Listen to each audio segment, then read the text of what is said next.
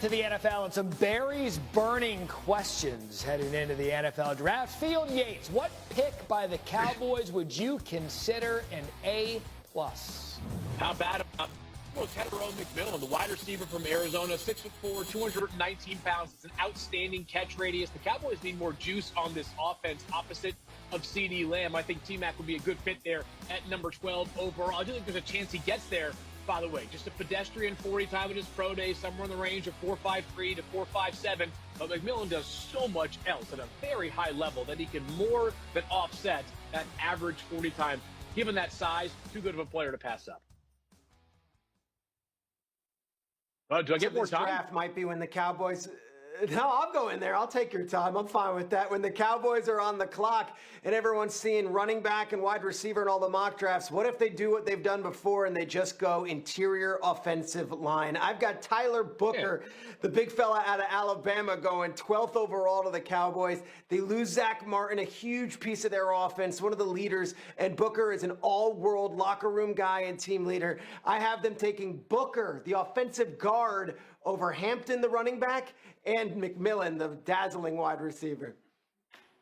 Yeah, I think, Matt, on Booker, he's an interesting guy. So he ends up right outside the top 32 for me for my final big board. And here's the reason why. There is a much larger number of teams that are now playing the zone scheme in terms of the base of their running game on offense right now. Booker is an incredibly impressive physical talent. He's not a great mover. He is much more of a power player. He plays in short spaces a whole lot better than he does out on the perimeter. The Cowboys, however, would be one of those teams that plays a power running scheme. They would have more appeal. They would see more appeal in Booker than other teams like San Francisco and the Rams and others who play that zone scheme. All right, Schefter, give me your Cowboys A+.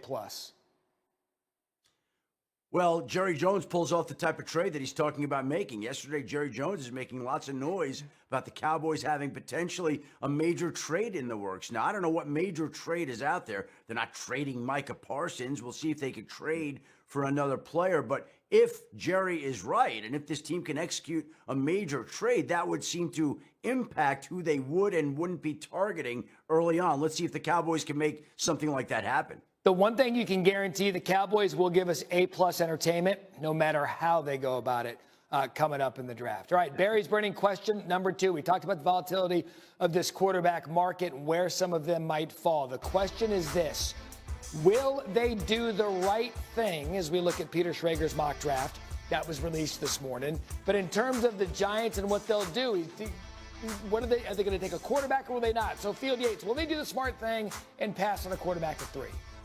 Yeah, I think they will. I think 36 hours out, the three of us are in agreement that the Giants will bypass a quarterback at number 3, in part because I think they feel like there's an opportunity for them to potentially get back into the first round or even sit at the top of the second round and grab a quarterback there.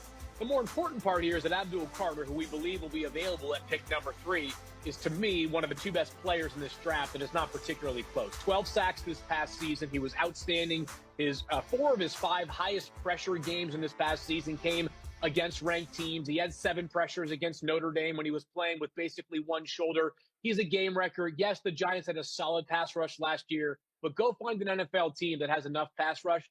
You're going to be looking for a while because no team could ever have enough premium rushers. Again, and it goes into the volatility of the quarterback in this draft. And Peter Schrager's mock draft was out this morning. And take a look at the quarterbacks he's got going to the first round. Again, this is based on what he's hearing. He has 3 of them. Cam Ward 1, Shedeur Sanders 21 to the Steelers, Jackson Dart to the Giants via a trade. So this thing could go up, down, and around. And when you look at it big picture, Peter, I mean, we just talked about the betting market a second ago. It was 2.5. Based on what you're hearing, you believe there could be 3. Yeah, I think there could be 3. And I think it's because every team I'm talking to in the 20s is asking me, can we trade back? Do you know anyone willing to trade back?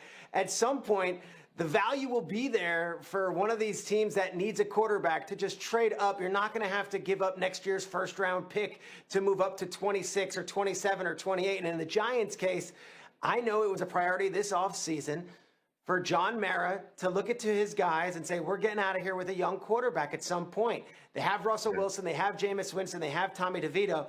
Jackson Dart makes a lot of sense at 26. He doesn't make as much sense at 3, and you won't have to give up a king's ransom to move up with the Rams to get him. I do believe there will be a third quarterback taken at the end of the first round with one of these quarterback-needy teams moving up. I go with 3, but I would not be shocked if we woke up on Friday morning and there was just 1.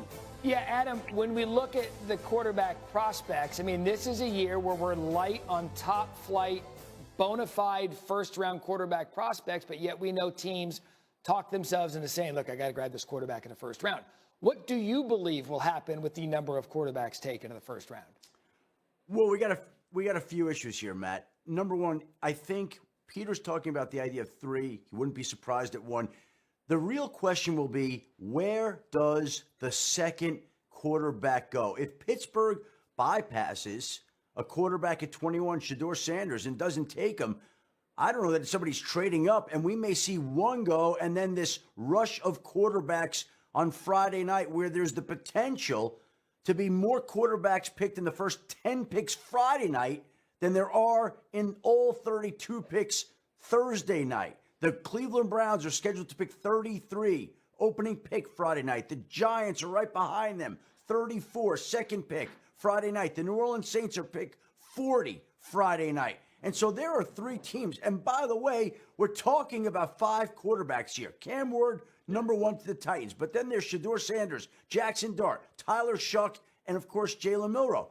How many really quarterback-needy teams are there that are going to use a high pick? There are more quarterbacks viewed as top players than there are teams that are willing to use a high pick on them right now, which means somebody, maybe a couple, are going to fall.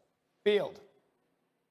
Well, think back to what happened last year. And this class is so different than last year's class in many ways. We had 6 quarterbacks go in the first 12 picks. Obviously, we'll have nothing close to that. I'd be surprised if it's more than 1 quarterback that goes in the first 12 picks.